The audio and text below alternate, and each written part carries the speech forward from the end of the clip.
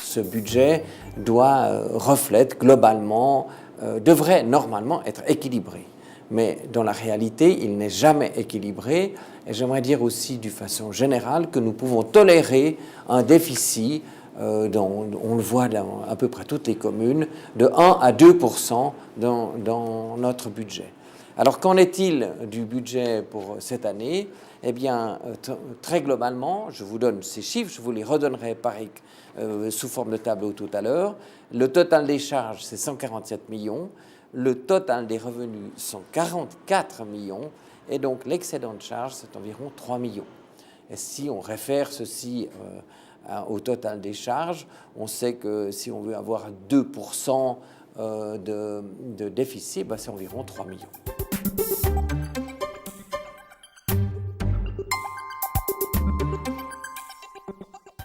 Il s'agit à la fois de reprendre le budget de fonctionnement, mais il s'agit aussi d'envisager l'ensemble des investissements. Et pour ce faire, nous faisons un plan des investissements.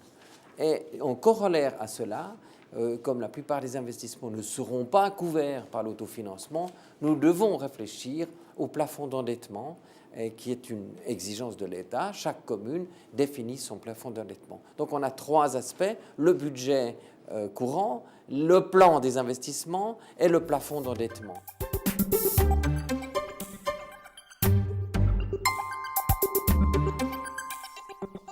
Je rappelle que dans le budget de fonctionnement d'une ville, il y a des charges, et il y a 2 types de charges. Il y a des charges dites financières, qui sont les frais courants de la ville, et puis il y a tous les amortissements qui ne sont pas financiers, mais qui entrent quand même dans le calcul des charges. Et de l'autre côté, nous avons bien sûr les revenus, avec les impôts, les taxes et différents revenus que la commune a, dont par exemple les fameux parkings, et que si on fait la somme de ces revenus et qu'on la soustrait de ces charges, on peut calculer un excédent de charges qui est le chiffre que je vous ai mentionné tout à l'heure, c'est-à-dire environ 3 millions.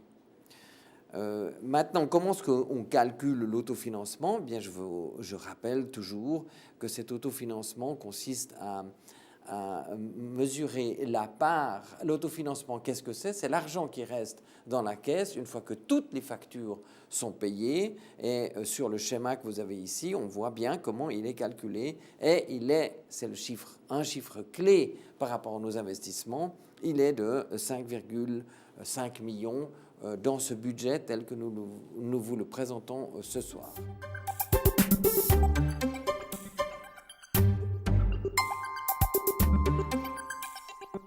Ce qui est intéressant, c'est que la ville de Vevey, lorsqu'elle a eu le conseil communal a envisagé l'augmentation des impôts, le conseil communal a augmenté l'impôt foncier qui a passé de 1,3 à 1,5%.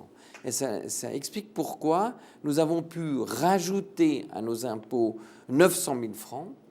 Et c'est évidemment très bienvenu parce qu'on s'est rendu compte, grâce à d'autres indicateurs, qu'il n'y aurait pas d'évolution des impôts sur les personnes physiques et sur les personnes morales. Au contraire, peut-être même un léger tassement. Ce tassement, d'ailleurs, se retrouve dans tout le canton, ce qui fait que on n'a pas pu, comme on le faisait d'habitude, augmenter ce poste de 1 à 2%, mais grâce à cet impôt foncier qui a été voté, eh bien, on voit qu'on a légèrement augmenté nos revenus, ce qui est évidemment bienvenu puisque les charges ont augmenté. Il n'en reste pas moins que globalement, notre budget est déficitaire, comme je l'ai dit tout à l'heure, et il est important de rappeler que nous sommes dans une situation de budget déficitaire.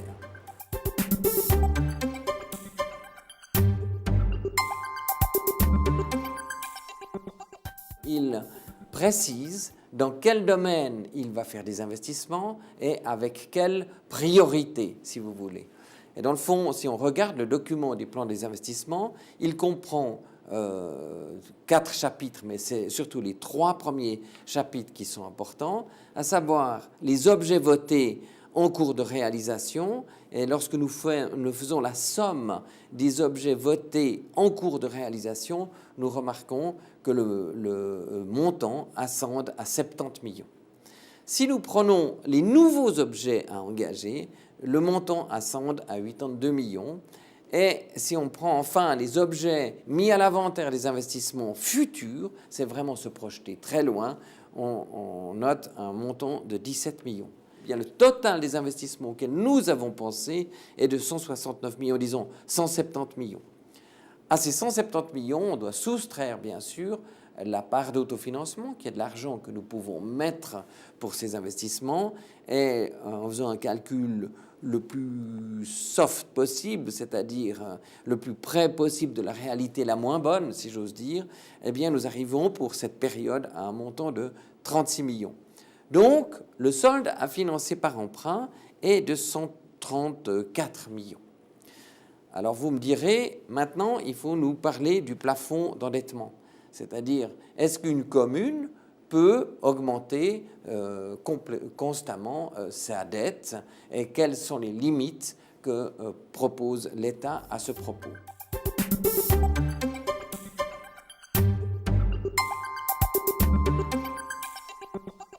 Il y a une nouveauté.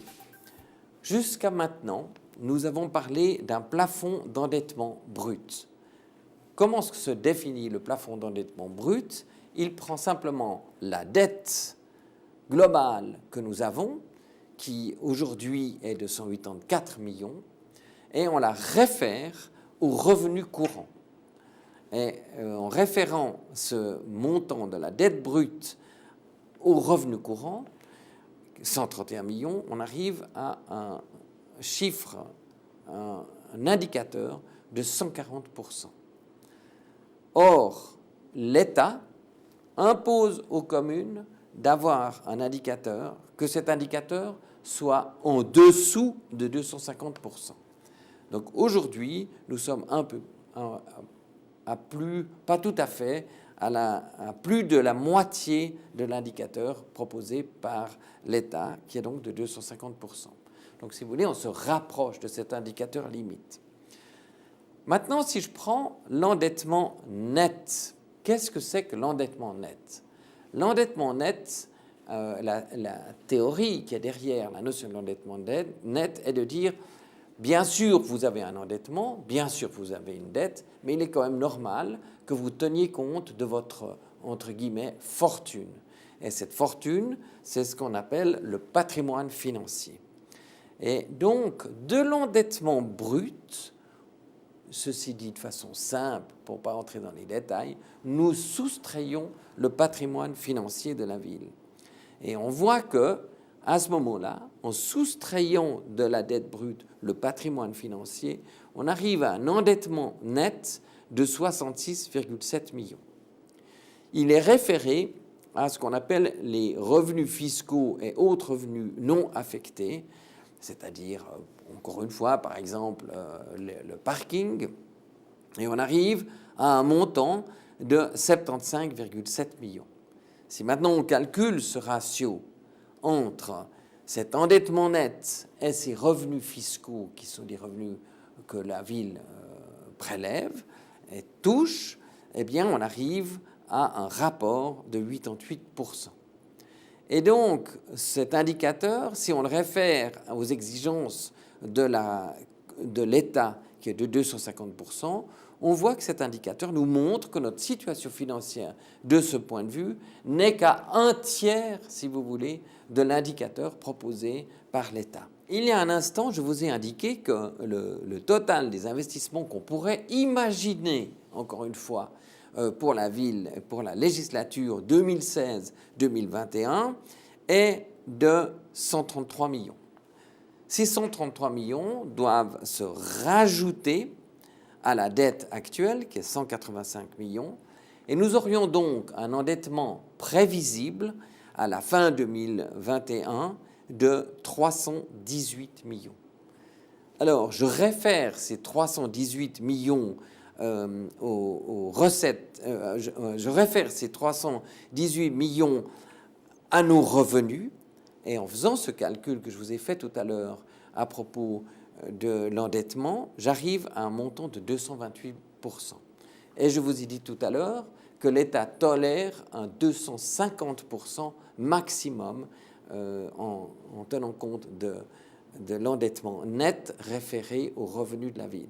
Et alors là, c'est inquiétant, parce que si nous réalisions l'ensemble de ce que nous proposons, eh bien, les générations suivantes n'auraient quasi plus de marge de manœuvre pour continuer ces investissements. Maintenant, la vraie question, c'est de me dire, mais enfin, c'est une vision théorique que vous nous proposez. Dans la pratique, qu'est-ce que vous pouvez nous dire? Alors, nous avons fait le calcul suivant. Pour la législature précédente, le plafond d'endettement avait été fixé à 166 millions. Est-ce que nous avons dépensé ces 166 millions? Dans la réalité, nous n'avons pas dépensé ces 66 millions, nous avons dépensé environ la moitié.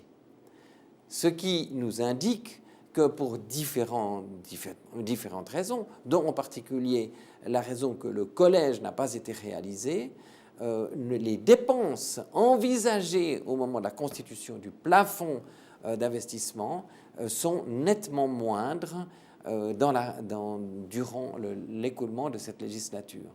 Donc, cette approche est une approche théorique qui nous ne souhaitons nullement, la municipalité ne souhaite nullement atteindre, et d'ailleurs le conseil communal probablement non plus, parce que, encore une fois, si jamais on faisait tout ça, eh bien, les générations suivantes n'auraient plus d'argent à dépenser.